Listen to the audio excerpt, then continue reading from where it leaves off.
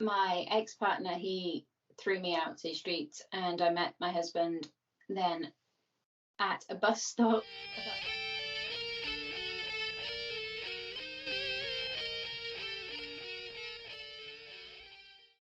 This episode is sponsored by MJ's Progress Not Perfection Meeting Center Association. We are in our meeting center where we do all these meetings for mental health and addiction.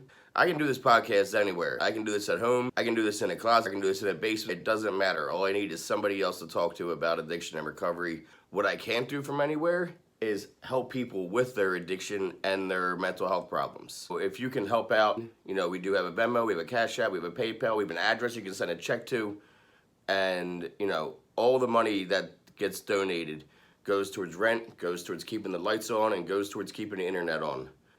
So please, if you can give $5, $10, $20, it doesn't matter. Anything you can is so appreciated. And if you are a local business, if you're a national business, whatever, and you want to be a part of what we're doing, you can reach out to me and we can talk about how you can be a sponsor. But I'll let you get back to the episode. Welcome to the show, Amy. I appreciate you coming on. So it is 5 hours ahead of time because you're all the way in Scotland. I am, and it's 6:30 here, so... 6:30. That is also a Scottish thing, the 6:30. Does that mean 6:30, right? I didn't even think that would be a thing. Yes, it's 6:30. Yeah, we do not say anything. We just say we round up. I don't know if it's just an easier thing for us or whatever. I don't know. So what is your sober date? My sober date is the 16th of August this year, but it was previously the 2nd of January this year. Had a bit of a rough summer. Okay, so let's backtrack. Let's start all the way. What is your drug of choice? Was it alcohol or was it drugs? It was alcohol. It was sort of drugs. It was weed and pills when I was 15 till about 18, and then I got sober from all of that and met my husband, and and it was basically just really heavy alcohol then until now, 14 years. Okay, so when you discovered pills, was it an escape that you were like, or just were you rebelling, or where did you grow up in Scotland? No, I grew up in Birmingham, which is one of the cities in England. I think I just got mixed up with the wrong crowd. I had an accident when I was younger, and a lot of people sort of gravitated towards me. I don't know if it was just because I was possibly interesting, because I'd had an accident, because I was like wheelchair bound and everything like that. And then I found the people who were doing the drugs the most fun people at the time, and I gravitated towards them, and then just got really swept up in it. So you were in a bad accident then, if you were like in a wheelchair at a young age. Yeah, I fell off a cliff and landed on my feet and broke both my feet. Oh wow. And this was in Birmingham? No, it was in Cornwall, which is at the bottom of England. I was rock climbing, and I climbed at one side and essentially just ran off the end. I didn't see the end coming. It must have been, how old were you when that happened? I was 14.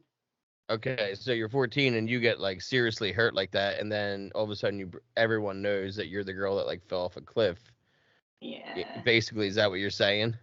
Yeah, it was just that moment when everyone was like, "Oh, look, you're really interesting to talk to now. Let's find out who you are and make you do what we do." Yeah. It was my choice completely what I did, but yeah, it was a roller coaster.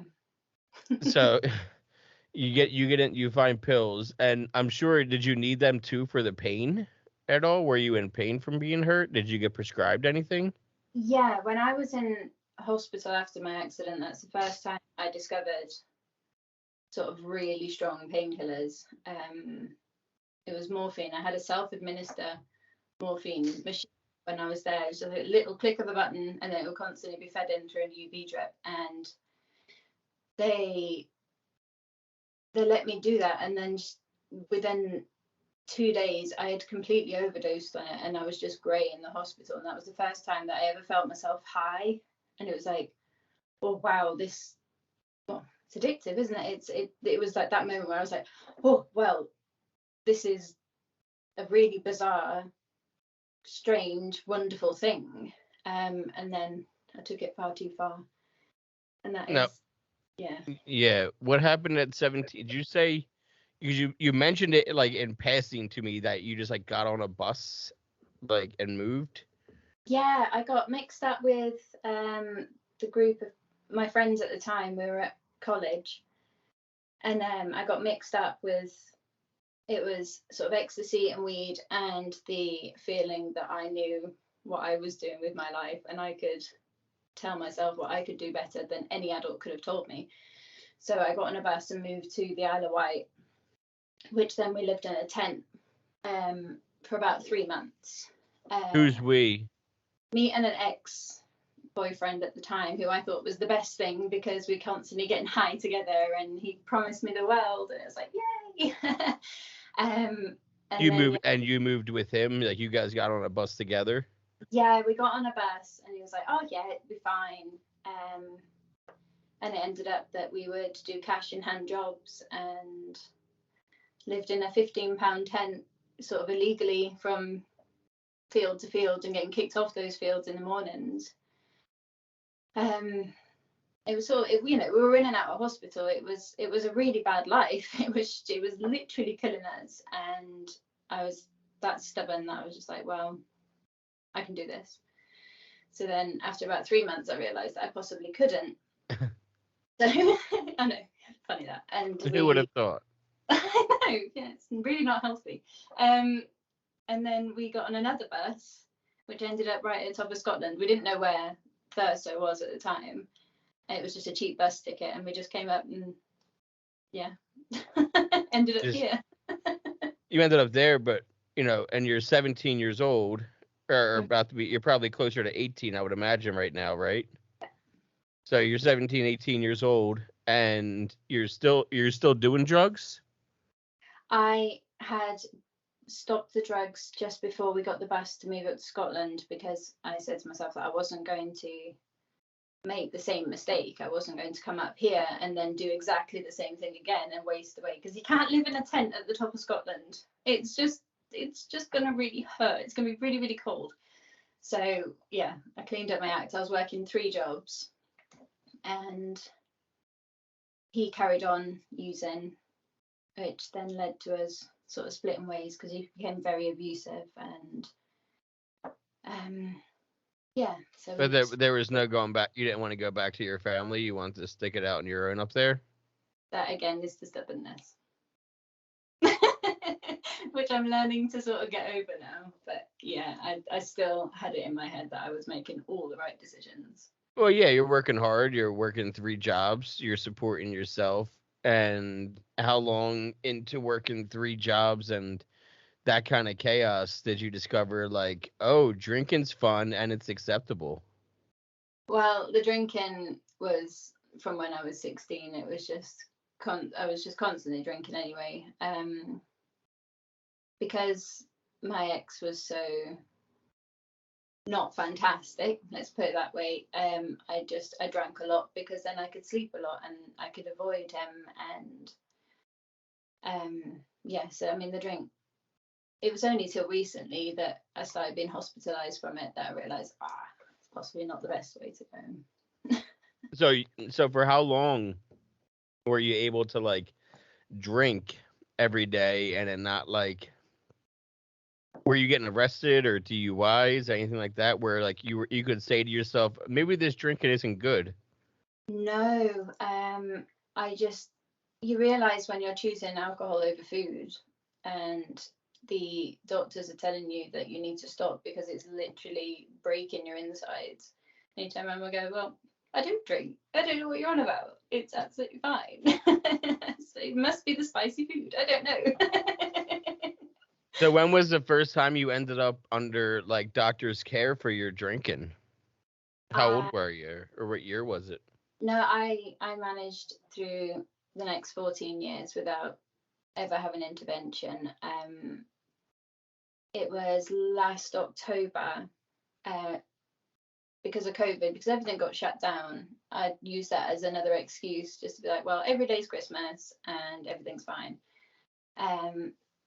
So it was in October, was the first time that I was hospitalized, and they said, well, you're going to have to stop. I can clearly see that you're drinking, and I can clearly, you can tell that it's really, really bad. But I just wasn't taking them on at all. What was it? What was it that it was so noticeable? It was my stomach, and my stomach lining was actually just starting to disintegrate through just excessive alcohol use, and it was just a pain constantly. Yeah, it's extremely painful. I have some stomach lining missing where my gallbladder is from, throwing up bile for years. And, it eventually shut down my gallbladder and then started eating away the stomach tissue. So now, like, if I get like a bad coughing fit, like, it is so painful because of that missing stomach lining right there. And there's like nerves that like it's not good, and that's like there's no getting that. It's not like no, it's not like what was that the Build-A-Bear thing where you could like just stuff it again. There's no stuffing.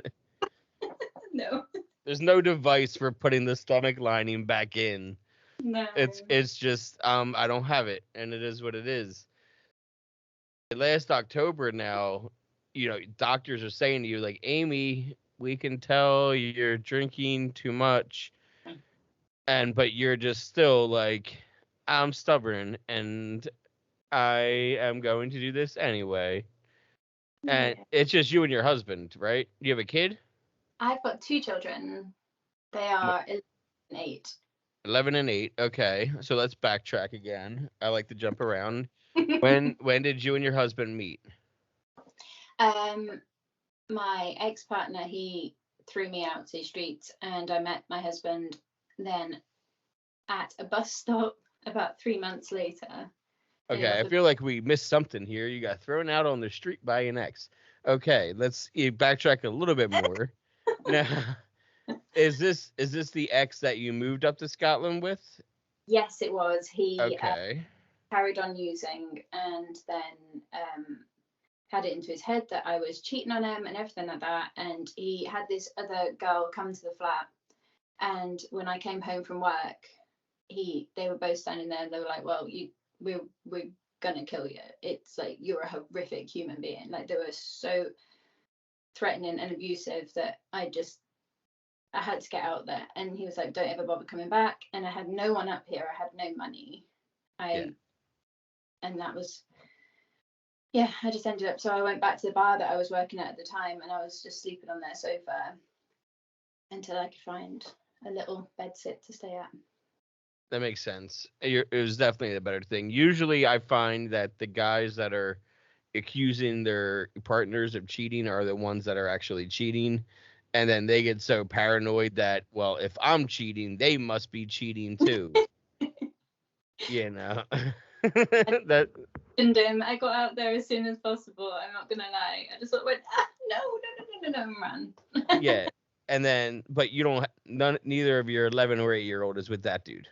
No. That's good. So 3 months.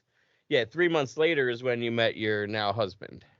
Yes, we did. We met at a bus stop, and he offered me a lift home. And obviously, you shouldn't do that now. Stranger danger and all that. What year was this? How long ago was this? 2010? 2008. Okay, so a little bit ago. And you're at a bus stop, and some dude pulls up and said, you don't need to put a quarter into the bus stop. I'll get you for free. Basically, yeah. And I was like, oh, all right, then that's great. I need money. So I'm saving money. So, yeah. It was good though. I mean, we were engaged 6 weeks later, and then we were pregnant with my first child 2 months after that. It was a little. Is he older?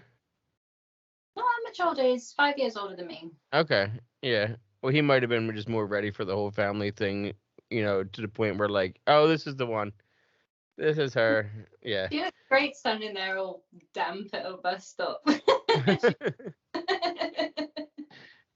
Were you able to successfully get through the pregnancies without drinking? Yes, because I have always said if I was to ever become pregnant or anything like that, I mean, the children will always come first, no matter what.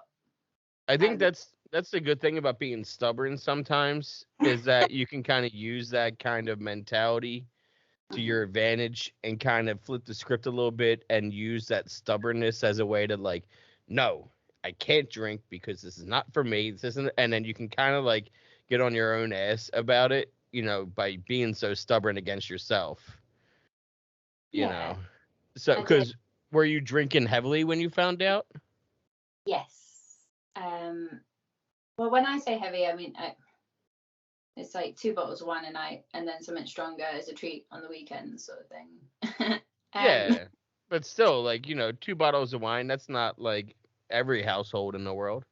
No, but it was just so normal. I always drank to be drunk. I never drank to enjoy it. I drank to get to the point where I would sleep, and I don't know. I would just drink so heavy, and I don't look. Still looking back in it now, I never really.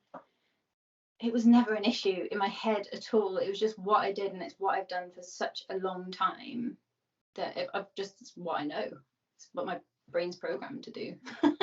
Yeah, and I'm sure when you're quitting drinking for the kids when you're pregnant, it's not easy, but it's easier than quitting for yourself, right? Like it's a lot easier to quit for them and be like, no, I can't drink because this isn't about me right now. This is about them, and they don't have a chance to not drink and blah blah blah. And it's easier. But now, last October, you're done having kids and you're being told now you can't drink or you shouldn't drink. We know you're drinking. You're like, I'm not drinking. They're like, No. you're drinking.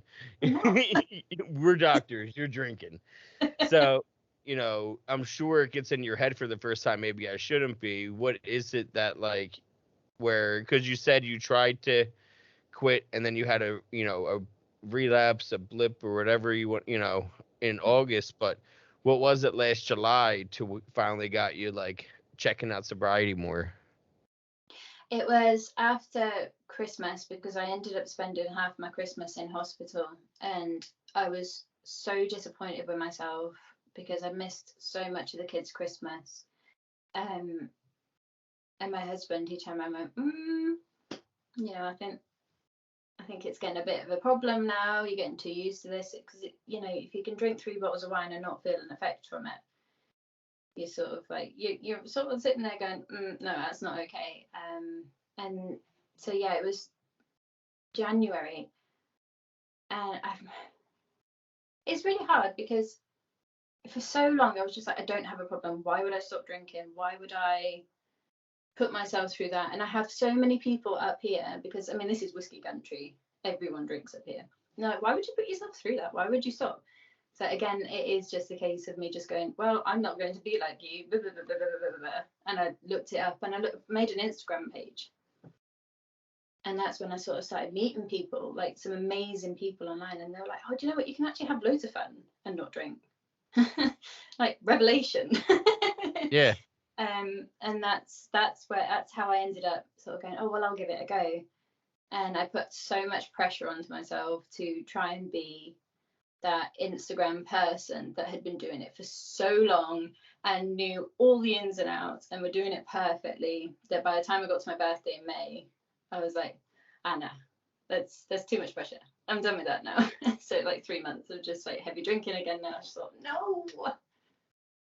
Yeah, so came back to it in August. I mean, and Instagram's been good. Facebook's been good too. There's a lot of like support groups for addiction, for people that, all kinds of addictions, and like for alcoholics, for people that are tapering or moderating or, harm reduction or whatever. Also TikTok, there's a lot of like good, cool videos out there, people posting their stories, and it's not just about like, you have to go to meetings, and if you don't go to meetings, you're not going to be sober. Well, I can't be up here, and I can't say that I can, but there are 6,000 people that live in my town, and that is the extent of it. And as much as they say it's going to be really, really confidential. You know full well your neighbour down the street knows your entire birthday and exactly what's happened throughout your entire life within about half an hour. It's small town mentality and it's shocking. Yeah, this small town though, it's not as bad as you think though, because it ends up being like a small community too that can really get your back. So it you can look at it for what how should I say this? You can look at it and find the negative in it, right? There's always going to be a negative in it. There's always going to be a reason not to do something. However, whenever there's a negative, there's also a positive too. It's just a matter of if you're going to actually open up your eyes and look at that positive or not. Our minds are always drawn to like think negative, look at the negative and doom and gloom, and always like that's where we go first. It's the worst case scenario. But there's best case scenarios too. And the best case scenario is like, hey, I'm your neighbor and I can help you whenever you need it. You know what I mean? And I'm your neighbor and I can help you with that when we don't have meetings, and I could talk to you or this day at this time, so there are going to be reasons to not do it. There's always going to be reasons. I find that working the steps was huge for me. Whether they were AA, NA, Smart Recovery, any kind of steps is going to be helpful because it's a way that we can find where our addiction's rooted in, because it's more like excessiveness that we were addicted to, excess, more of the drugs, more of the pills, more of the drinking, more of whatever it is. So why is that? Why did we feel the need to escape? Why did we feel the need to numb, to forget, to hide, to be somebody we weren't? So in those steps, you find those answers, and it's a way to live life without the solution of drinking or drugs. So you're still early on. You're still really early on. How old are you, Amy? I'm 31. 31. So, you know what I mean? I was 31, almost 32 when I got recovery for the first time. I'm 35 now, and it's my life. My wife's in recovery. I'm in recovery. We run a meeting center about recovery. I do a podcast on recovery. Recovery is everywhere in my life now, and I wouldn't have it any other way. I love going to both fellowships, AA and NA, and participating. One is more rough around the edges. One is more like, traditional and laid back, and one is more neck and face tattoos, But like, I posted a thing earlier, and it ended up coming with a funny meme.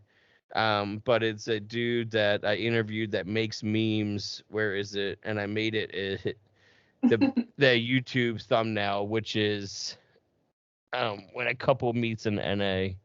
And it's the monster being poured on the baby. Like the dude I interviewed, that his episode came out today. Yeah, that's one of his memes that he's created, and I think it sums up NA perfectly. But that kind of support is good though, because that's where it really started from. Before there was like the social medias and all that kind of thing. That's the old school way of getting sober and staying sober and finding a way to live life in sobriety. How has it been with your husband? Did he quit drinking too as like a way to support, or is he drink here and there, or? He drinks, but he's never been a heavy drinker. Like he'll have a couple of beers on a Friday night when he watches telly. Gotcha. So he was never like the wine drinker with you or anything. You're not. Yes, he was never that person. Well, he's never been that person that had to drink. Well, yeah, that's good. That means you're not like looking at your old demons like all the time, still like in front of your face. All. And I try not to sort of constantly put sort of my sobriety on him, because I feel like almost like I'm pressuring then him to feel bad that he's drinking and stuff like that, because I can quite happily sit with him and he's having a beer and I'll just have a non-alcoholic beer, because there's so many of them, so I don't mind too much. He just do what he wants. How did How did he feel about you doing the whole like Instagram, here's my story, here's who I am, kind of thing for people? I think, well, it's only really been after my relapse and this time round that I've sort of shared a little more, and I felt a lot more comfortable in it. I felt a lot more like I don't have to portray the fact that I am constantly doing everything perfectly, and I feel like, well, if you can't take me honestly, then don't bother looking. It's almost like a journal. So then he thinks it's good for me. I mean, I've been in therapy for a year and I've managed to come out of it through talking to all these amazing people that I've met. So he backs me for it. He's like, yeah, cool. Why don't Yeah, you create a YouTube channel and all this? And then I'm like, well, this is the first thing I've ever done on video. So this right here, yeah. so I'm not ready for that. You'll get there. I mean, and what you definitely need is time too. Yeah. You need time and also time to learn things too. And because like we always say that our brain kind of stops learning how to develop new things when we're in active addiction. Mhm. So like my maturity level stopped in my adolescence and I'm learning how to like be an adult all over again. Even in my 30s, I'm still learning every day things that I should have learned 10, 15 years ago. But at that time, when I was learning them, I was too high or drunk to be able to tell you what the instructions were. So you're still like learning and relearning things all the time. Yeah, I mean, well, there's like my whole scientific thing around addiction, where you've got so many connections in your brain when you're born, and obviously you lose them over time because you don't use them. Whereas when you're in active addiction, you have got this one part of your, I'm going to sound really stupid because I'm going to get this wrong, but I think it's your prefrontal cortex in your Mhm. brain where that's where your active addiction is sitting, and it just takes over absolutely everything in your brain, and everything else just starts to turn sort of almost just grey and awful. And that's why you stop learning, because that is what you're powering, is your addiction in your brain. Yeah, it's a mental obsession that, we get. And people understand that, yeah, we can go to treatment for a month or 2 months or 3 months and then come back. And then, how did you get high right away? It's like, just because I've been gone for 90 days doesn't mean I've been obsessing about it for 90 days. That's the only thing that's been on their mind for 90 days is Yeah. that next fix and when it's going to be, Yeah. and it blows people away too with how that works. I was just watching, that TV show Dope Sick, and the doctor didn't understand, his where his addiction was rooted in Yeah. and how it sat in his brain. And this dude's been a doctor for years, and he's like, "What do you mean my brain was rewired?" Like, and that's yeah, it literally was. And so it's going to take time, and you're gonna learn new things and experience new things. And the thing is, like, don't put yourself into a box and just learn one thing. Learn all the different things. That's why I'm saying check it out, see what it's like. Because the worst case scenario is you go, that's not for me. It's just absolute fear. It's just pure Yeah. fear. I know it is. I know it is full fear of walking through that door. And Well, have you said the words? Like, if you like said the words, like you can write the words all you want that you're an alcoholic, but have you like said it with conviction, like because that's the first time a lot of people say it for their first time, right? Is you sit down in a meeting and you're being introduced and you say it, and a lot of people they've told me like because I knew I was an addict, so for me it was a little different. I was doing it on stage. But like the first time they said it in a meeting, they felt it. Like, wow, I actually heard it, and it rings. Have you said it though? Have you truly said it yet? I have said it to a few friends. This is, I think, another reason what stops me going to meetings locally is that I haven't really face to face people. I've never said it to anyone. I'm very much recovering away from the people that I personally know, because I always get very worried, and I just get very worried that they're going to judge me and then I'm going to lose everyone, basically. So I've not really said it to many people around me. But my closest, my nearest and dearest, then yes, I have turned around to them and I've said that I am addicted to alcohol, and I have had so many moments where I've gone, oh, that was really bad, but I'm a bit of a scaredy cat. It's okay. It's okay to be. It's okay to be. You know, I did notice that you kind of danced around saying it, which, is fun. I find it really hard. I find it's just No, and it is hard. It's supposed to be hard. Amy, yeah. it's not supposed to be easy. It's just being scared, I think. Yeah. Yeah. Saying those those 4 words, I'm JD and I'm an alcoholic, 5 words or whatever, like, when you say it, you're really taking the ownership of it. And, not ownership of it, but it made me like feel good, like, whew, like it was like I could breathe again because it wasn't a secret. Does that make sense? Like, it's not like I was trying to keep a secret. I was in Los Angeles. I was 3,000 miles away from my using. Nobody knew me whatsoever. But still, for me, it was that secret that I was keeping in. And when I said it out loud, whether you knew my past or not, it was relieving for me just to have that kind of sense of I said it and I didn't die. Everything is still okay. you know and it's okay to feel that kind of judgment, because why wouldn't you? We talk about stigmas all the time. Stigmas are around both in active addiction, and stigmas are still very, very, around when it comes to recovery. There's stigmas against people that, use the medically assisted treatment. There's stigmas against people that use 12 steps.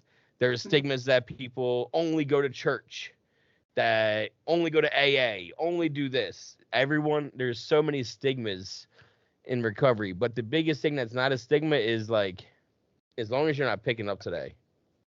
That's the big deal. It's you didn't get drunk today.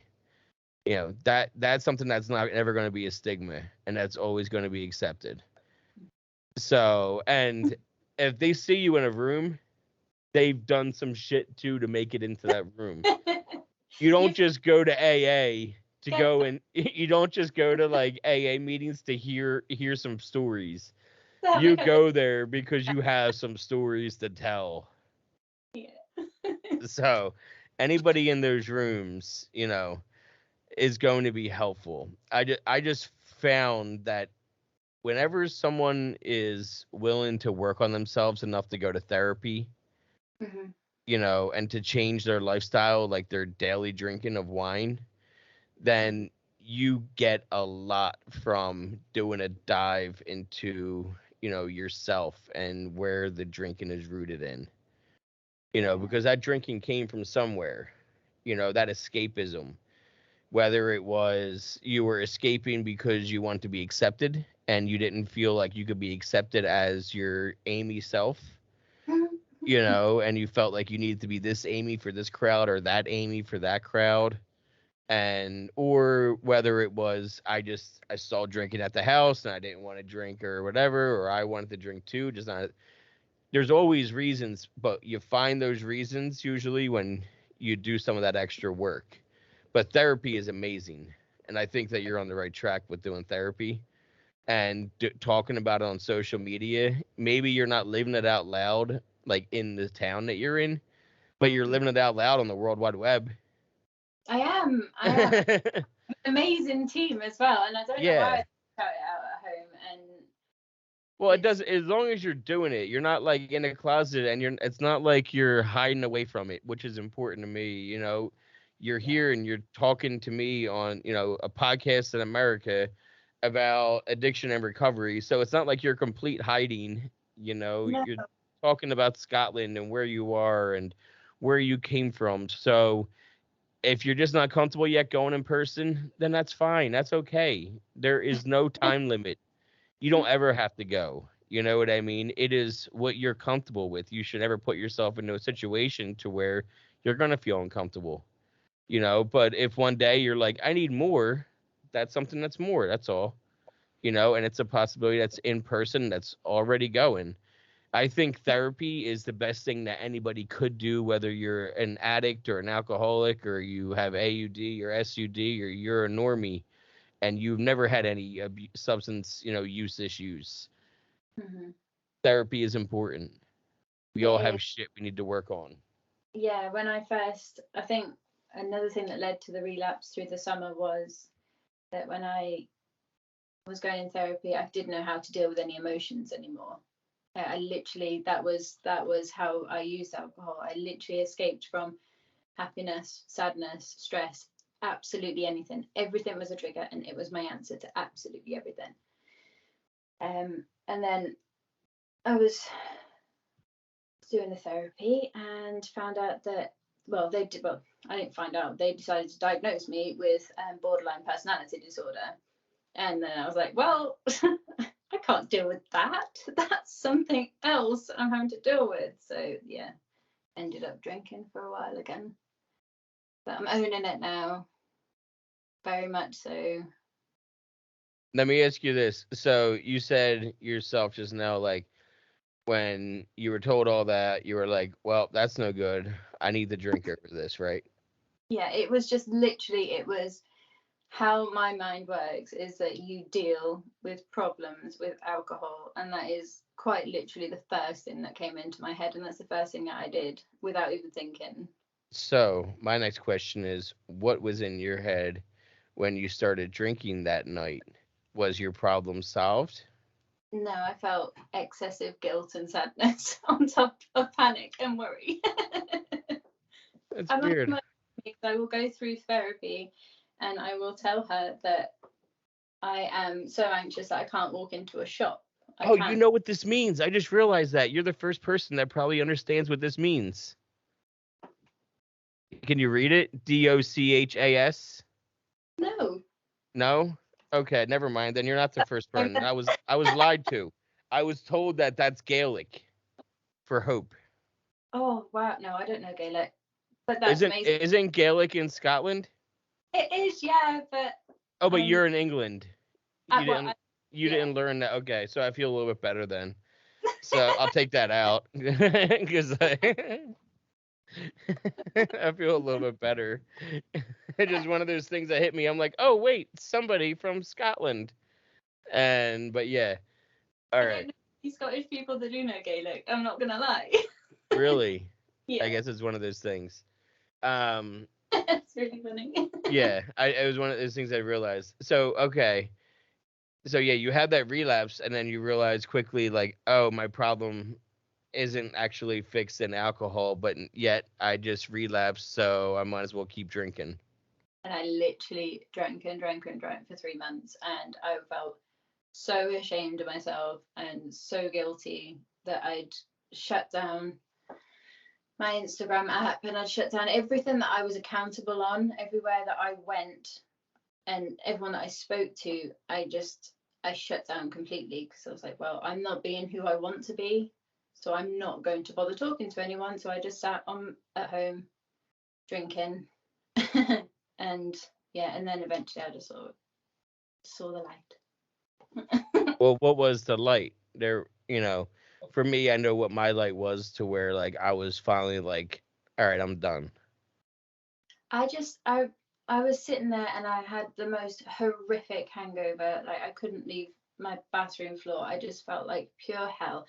And I literally was just sat there thinking about why am I doing this to myself? And why have I shut myself off from the world? And it was just very much a case of I just sort of looked at myself and thought, you're not living what you want to be living, so why are you carrying on doing that? And it was when I came back onto Instagram and I had one person. I mean, I've never met anyone from everyone that I'm on there with. I've never met anyone. And there was one person, it really hit home how caring people can be. and how much people have got your back in recovery. Like, it's insane. And he had messaged me every single day that I was offline, and even if it was just a date, but he had literally checked in with me every day and said, like, look after yourself, come back, you've got this, and everything like that. And it just sort of blew me away that I was like, well, I'm not on my own. I can get through this because I have people here. And it was just mind blowing. It's funny how social media kind of rats you out without even realizing it's ratting you out. Like, it's like, telling on you without even you telling on yourself, because I always knew when somebody I went to rehab with relapsed based on their post changing and how their post changed, or all of a sudden you didn't see them post in their story, and they used to post all day long in their story and now they never do, or they used to post something like, I've seen people post every single day that a number, like a font, you know what I mean, but it's just their number and of how many days sober they are. And I remember early on how important that was to know that number. And I remember hitting 100 days and being like, holy shit, I'm at triple digits 100 days. A few days ago, and I was like, yeah. Yeah, I remember that. Like, it blew me away to think about. And, now it's, years later, and it's just like, I can't even get, like, the fact that I get through Christmas and I don't even think about drinking. Around here, Thanksgiving, I know you guys don't give a shit about Thanksgiving, which, why should you? You're in Scotland. It's not what it's about. So, but the biggest drinking night in America is not New Year's Eve, it's Thanksgiving Eve. Wow. That's by far one of the biggest drinking nights of the year. Probably up there with the 4th of July, another holiday that you had given zero shits about for obvious reasons. But the 4th of July and Thanksgiving Eve is so big because usually people are, they move away, they go to school, they go to jobs, they have whatever. And then everyone comes home to see their parents or whatever on Thanksgiving. So everyone's back home for wherever the fuck they went and ran off to for Thanksgiving Eve. So everyone goes to the local hole in the wall bars. And it's always the biggest drinking night of the year. So last week, whatever Thanksgiving was, it was a Wednesday, and my wife and I were at the meeting center all day long.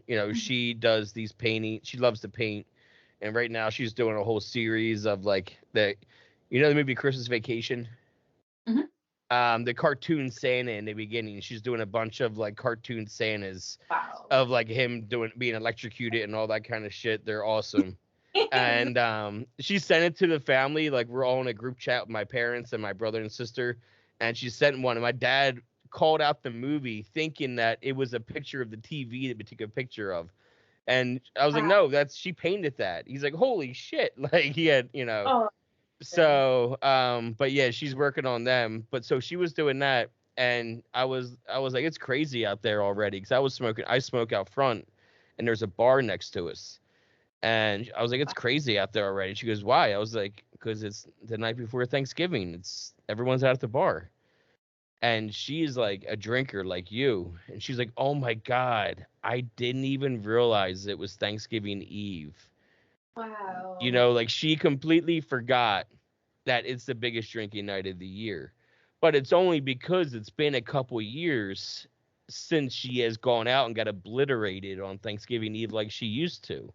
Now it's a nice quiet time, and we'll watch Planes, Trains, and Automobiles, and relax. That's a Thanksgiving movie, and we watch it, and, it's relaxing, but you don't have to get shit-faced. And so we're doing a big thing for New Year's Eve, for sober New Year's Eve here, and just going to have a party and probably go live on like Facebook and YouTube and stuff like that during it. And all that. You'll be a little bit ahead of us, so you'll ring in the new year a couple hours ahead of time. Yeah, God, it's such a weird thought. Yeah, you get the 2022 like 5 hours before us. It's bonkers. And are you near? So, because you mentioned it earlier, and it kind of struck a chord in my mind. One of the whiskeys that, oh no, I guess it's more of a bourbon. I don't know. There is a whiskey that, because like I said, my family has been to Scotland. I did not go because I knew I was not going to be able to go 10 days without pills. So I chose to watch the dogs, and I stayed back while they went. But my brother and I always talked about Lagavulin because we love the TV show Parks and Recreation, and the one guy is obsessed with Lagavulin, and Lagavulin is Scottish, I believe. Is that up by you? It's not close to me. We've got, I don't know if you've heard of it, we've got Old Pulteney, which is in my little town. And we've also got Macallan. Oh, I know Macallan. I watch How I Met Your Mother, and they order Macallan. It's like 35 years, and it's expensive as shit. Yeah. It's probably cheaper where you are. Oh, it's not. No, it's not. No, they're like, this is sitting in the barrel 30 years. You're paying for this shit. Yeah, exactly. It's like, oh, what? So you're in the town where Macallan is? We are in the town where Old Pulteney is, which is another really sort of well-known one. Okay. Macallan is down the road from us, and two of my brother-in-laws work there and are constantly getting given bottles of whiskey, which they then give out to family and friends at Christmas. Yeah. It's funny, I was a whiskey drinker, but I can't drink any of those whiskeys. They're way too, like, it was never like, I could never drink them the way I would want to drink them, if that makes sense. Like, I could drink them in the sense of the way that they were meant to be drank. Sip slowly out of a nice tumbler glass. I can drink it that way, but the way I drink whiskey is Jack Daniels, and I'm like bottle straight in the air, and I'm fucking just drinking it. You know? I get it. Like, you're not supposed to mix Macallan with Coca-Cola. No. Everyone does it. And you just... I would never mix like Lagavulin in my soda. Like, you know, like ice maybe, but that's it. Like, because it's so fucking harsh. I don't know how. For any of you Parks and Rec fans that, you know, are curious, and if you're a normie, you can drink normally, like we can't, do yourself a favor and don't try Lagavulin because it's $100 for the bottle, and it is going to burn, and you're gonna regret everything for the next 7 minutes while that taste wears out of your mouth. At least. Yeah, I tried it, and I'm like, oh, this is not what I wanted. How does he do this? Like, it goes to show you the character of that person of the show so much. Yeah, it's different up there. You know, I've been to Netherlands, and so like I didn't like Heineken in America. I have never liked Heineken in America, but in Amsterdam, now maybe I was really high, but Heineken was fucking delicious. With the atmosphere. I don't know what it was. I don't know. Maybe it might have been the 4 coffee shop a day habit when I was in Amsterdam. I was there for St. Patty's Day of all times. Wow. And I was not celebrating with green beer. You know what I mean? I was celebrating St. Patty's Day another way. I skipped out on Anne Frank's house because I did not want to like go to Anne Frank's house high as shit. So I did not go to. Really bizarre. No, yeah, exactly. Like I could not be able to go into an attic that high that was built and that old from the fucking in the day. But yeah, I've been to Germany and I've been to Belgium. I loved Belgium a lot.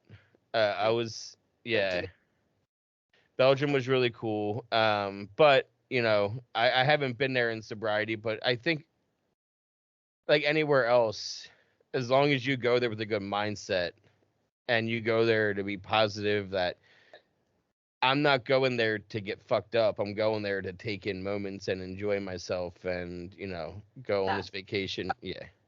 That is desperately what I'm trying to learn. Like this weekend, I was away for the weekend. That's the first time I've ever successfully managed to go away and stay sober around celebrations.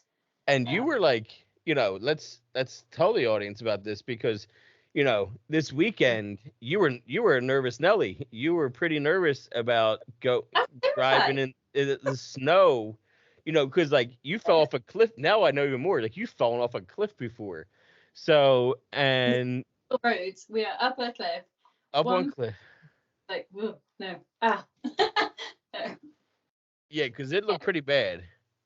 It wasn't good. I'll put it that way. I was trying to work it out because obviously I do speak to a lot of people from America now, and it was it 72-mile-an-hour wind, which I think is about 115 kilometers an hour, something like that. We go by mile per hour here.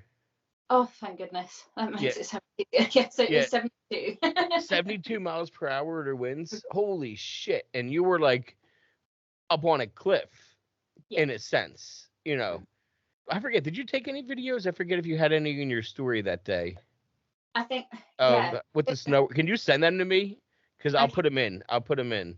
I can. Because at one point this branch fell down from the tree and hit my car. And I was in that much shock. It like hit the windscreen. And I just sat there going, oh, okay. And then about 5 minutes later, I was like, I think I'm going to cry. She had sent me a video message from a store, I think. It looks like you guys were stopping for goods, like at a store. And you're like, I don't know what's going to happen. I don't know if we're going to die. I'm going to go in this car. My husband says it's going to be okay. I don't know if it's going to be okay. And I'm like, well, I say it's going to be okay all the time to my wife when I'm driving in crazy weather. So you should trust your husband because. And I did. I'm not here to tell the tale. So obviously my trust was well placed. And you didn't have to get drunk over it. No, I didn't. It's very, everything's a trigger. I was going to blame anxiety as a trigger then. No, everything's a trigger. But yeah, it's way I've coped and I didn't. So yeah. Everything's a trigger because the drinking was the solution to all of our problems. Yeah. So like if you had a problem before, you know, you were having triggers in active drinking. It's just that you didn't call them triggers because you would just go right to drinking. Yeah. Yeah, you just drink. It is what it is. Oh, I'm going to drink. I'll feel better. And so it's not that there's triggers, it's just that life happens still. It does. So when life's still happening, you have to just find a way to get through that situation in life without the drink or the drug. Yeah, I think that's what's going to make Christmas, because my mum she's like, but aren't you going to have a drink on Christmas Day? I'm like, no. But no. So you got to think of your brain as a muscle though too. So the more you get through things in sobriety, the more confidence you're going to gain of, look what I just got through without drinking. Yeah. You're going to get through this Christmas for the first time in your life. And I'm saying it that way, and I'm not meaning to try to jinx you, but I'm saying it to give yourself that confidence, because if you go into it with like, I'm going to do this for me to prove that I can get through an entire holiday of Christmas and New Year, the biggest drinking time. Mm-hmm. I'm going to prove to myself, not anybody else, this is for me, that I can get through this. And then next Christmas, you're like, oh shit, that was pretty easy last Christmas. Let me just get through this again. No problem. You know, you have that like sense of, oh, okay, I can do this. You know, that muscle memory of what you did and how you got through it. And you get that kind of thing going. And it gets to getting through birthdays, like in May when your birthday comes around, that you'll be like, oh, well, look at Christmas. I got through that. I didn't need a drink. And this time it can be, you know, getting through your first birthday sober is a cool feeling. I really want to, but the thing is, it's like, again, it's like the first time I went round, I tried to replace absolutely every moment where I would have drunk. I tried to replace it with something bigger, something better. And that's what I think is going to be different about this holiday, is that I'm actually more at peace with the fact that actually, no, I don't have to go big or go home sort of thing. It is quite literally a case of, how about you just live your life and don't drink and enjoy the fact that you're not going to wake up on Christmas morning feeling like hell at 6 o'clock in the morning when the kids are wanting to wrap presents. Especially kids that age, they are really excitable to be awake. You know? They are. And you can't tell them, listen, mommy's hungover. You got to shut the hell up. Yeah. You can't say that on Christmas morning. Post Christmas, it's not fine. You could say it any other morning, just not Christmas morning. I'm just kidding. But yeah, that's, it's definitely, it's not easy, but it's definitely worth it. And honestly, it is easy. It is easy. It's Doing it. You yeah, don't. it is easy, and it's especially easy when you can kind of make a game out of watching the drunks. That'd be Yeah, yeah, amazing. yeah. Like if you like the people watch at all, then I love. turn this into people watching 3000. You get people watching right in front of you, and they don't even know you're people watching. That kind of thing, and make up narratives in your head and make it fun for yourself. I Like, do. oh, I bet you they drink 7 drinks because they got her this, and then like do that, make it fun, and you can get through a giant Christmas party with everybody drinking and having fun and celebrating. Just because they're having fun doesn't mean that they're having fun on the inside with the drink. Yeah. And Absolutely. maybe they are, maybe they truly are having fun with it, and they aren't alcoholics, and there's a lot of people like that are truly celebrating with alcohol the way it was intended. Yeah, they can handle it. But that doesn't mean that all of a sudden we're going to learn how to handle it appropriately. And because you said it yourself when I asked you, how did you feel when you drank around your birthday when it was too much? Did you feel better immediately? And you said, no, I felt even more feelings of guilt and shame. Yeah. So, like, and that definitely, the more you stay sober and the more you work on yourself sober, Hmm. every time you relapse, you have all of these feelings and thoughts of like, okay, I should just go back because this isn't fun anymore. Because I know what it's actually doing to myself. I know what I'm actually doing right now.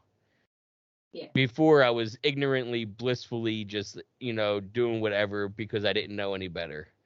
Now I know there are options and other ways to live my life. Absolutely. I mean, to be fair, I knew, kind of knew better when I was doing it. It didn't stop me though. But Why that's, do why do you think it didn't stop you though? I had zero willpower. I had no want to stop it. I was quite happily just sitting there in active addiction. I was just quite happily just being like, well, this is what I do. And I just literally I just succumbed to the fact that that's what I said. I just said, well, this is what I do. And this is what my mum does. This is what my grandma drinks. Like everyone drinks. It's so normal that everyone around me was then saying, well, it's not that bad. Or, you're not doing it that bad. But in actual fact, they didn't see that I was sitting at home guzzling. They didn't know that. Yeah. And the wine especially, that can be a tricky one where you're fooling people, even yourself, for a while. I mean, one of the most famous cases of that recently is Adele, Yeah. another Brit like yourself, where she's coming out now, where saying like I was drinking too much wine, like straight up, like An absolute, and especially being a mum as well, there is mum wine culture. It is a case of mummy needs a glass of wine, mummy needs that, and it has been made absolutely fine. And it's absolutely shocking. Like when we were coming out of lockdown, and all the bars started opening again, we had on the news, we had the reporters going to sit with people at the bar outside on tables drinking beer at like 8 a.m. and drinking wine at 8 a.m. because that's when the bars opened and they were so buzzing to be able to drink again. And there was never any videos of people going to coffee bars and sitting and having a cup of tea and seeing their friends. Do you know what I mean? It's just like everything is centered around the fact that just drink, it's fun, drink. And there's not a lot else. I'm glad you said that because we have a huge problem with that here too. And Mm-hmm. that's kind of why I want to talk to other people and other places, is because the wine culture here is so that I saw a post, where the woman said, I find it ridiculous that the fact that I just went on a play date with my son and the mother was trying to get me to drink margaritas with her, and I had to keep telling her no thank you, that I'm not in the mood, I have a headache, because if I would have told her that I'm an alcoholic, that I would have been the bad person because I am an alcoholic and I had a problem, but yet she's completely acceptable to be drinking margaritas in the middle of the day while, watching the kids. Yeah. She's not the bad person. I'm the bad person because I at one point had a problem with alcohol and I worked on myself and I just don't drink anymore. So where's the stigma on alcohol being so acceptable? The fact that I'm a, outcast because I'm just honest about being in the program. Yeah, I mean, it is shocking. I mean, it is good that, I mean, everyone is people, not everyone. A lot of people are starting to sort of find their voices now, and it is becoming a lot more. I don't know if it is through the mental health with everything getting locked down, and everything has started opening up, and everyone's started being a lot more honest now. So how is it up there then? Like, because it's weird how not weird. It's funny, but it's not funny. How I can be like, what's the line? Like, oh, it's okay to be a mom that drinks, but Mm. you can't be a mom and be sober and be used to be an alcoholic that drank. Like it's completely okay for the mommies to drink their wine and be like, oh, mommy needs a drink. But when is that drink too many drinks to the point where you're a bad mom? I think that was, I mean, I had it with my kids last year, and they were home learning, and they were trying to work out, they were just literally talking to their teachers, and they were saying, well, what's your favorite drink? And my daughter would say, oh, well, orange squash. And then they're like, oh, what's your mum's favorite drink? And she said wine. And I was like, ah, damn. Like, oh, right, okay. Like, it affects the kids a lot more than what is spoken about. Definitely. Did the teacher reply, me too, ha ha ha, and then Basically, yeah, and it's too accepted. I mean, yes, some people, they can go around and they can have a couple of beers and they can stop and they can go home and they'll be fine.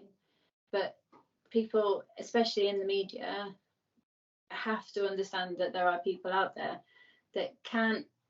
They are dreading this holidays. You can't keep having all the beer and the alcohol adverts and then expect everyone to be fine with it. yeah, I have shut down Instagram with that shit. Oh my god, all the advertisements that they would try to say because I mentioned alcohol so much that they think I want to see in their algorithm alcohol. But really, it's like, no. Do you listen to what I'm saying, Instagram? Because you're showing me beer ads all day long. Like I'm constantly having to say I'm hitting the three dots, and if you are on social media and you're seeing a bunch of ads for that are triggering, you can get rid of those ads of that subgenre or whatever. Hit the three dots in the corner, say I don't want to see this ad anymore because I don't like it or whatever reason you have. And they will listen after the third time you do it. Definitely do it more than once because they're it's like they're backlog. They're like, oh shit, we're still sending him those, you know. And people get all butthurt about ads and the cookies and like being tracked. I love the fact that they're tracking my shit because I get to see advertisements that are for me, you know. So I let them track me all day. I don't want to see ads for things that I don't want to buy. If I'm going to see ads, I want them to be ads for things that I'm interested in. So yeah, track my shit. Send me all the right stores that I shop at. I don't want to see ads for a bunch of stuff that I'm never going to spend money. If I'm going to have to see the ads, I want them to be for me. This is like what I wished in the 90s when I was watching TV. Like, why can't I pick the ads? If I got to watch commercials, I want to pick them. Now you can pick them. Stop telling them not to track you. They're going to track you anyway. So I want to know how their tracking came to the point of them telling me to adopt an elephant every day. After every story, I have adopt an elephant, and I want to know how they got there from what I talk about on Instagram. And now they really want me to adopt an elephant. You read one of their advertisements for way too long one day. You engaged in one of their posts for way too long with an elephant one day. Of like either like you followed it in like a page or something. Yeah. There was some kind of engagement where like you read a post for so long that they're like, man, she loves those kinds of posts. Like, Every story, I'm like person, elephant, person, elephant. No. I follow a wild rescue of elephants in Africa, and it's pretty cool on Instagram where they have like these cool videos of like these elephants all the time. It's cool as shit. But I'll let you go. Thank you so much for sitting down and chatting with me and updating me on Scotland and Britain and Thank everything up you. there. But thank you so much, Amy. I appreciate Thank you sitting you. down and opening up and talk. I know it's not easy. It's probably really even the first time you sat down and talked like this about your story, right? It is. I mean, I've written it a few times. I've spoke about it with Mike and with Mike from Sober Press as well. But yeah, it's the first time I've actually spoken about it. Sober Press. Oh, the publication. Yes. Okay. So I've got Mike Inspire to Inspire, which is the team that I'm part of, and then we've got Sober Press as well, which I've shared my story on as well. I just had an author that I think he writes for Sober Press. I talked to yesterday, J.R. Weaver. He did the book Addiction Manifesto, and I think he does something with Sober Press too. I can't remember. We talked about a lot of things that he does. But thank you. Okay. Oh yeah, my cheeks actually hurt from nervous smiling. I'm like, ah. I hope it was easier than you thought. And It just to was. sit down and talk with me, like I try to make it not a lot of pressure and laid back and comfortable and It was good. good. All right. Now you can definitely relax and it's nice and, not too late. So you can relax now. You're done. So Yeah, thank you magic. so much. I appreciate it, Amy. Okay. All right. Bye-bye.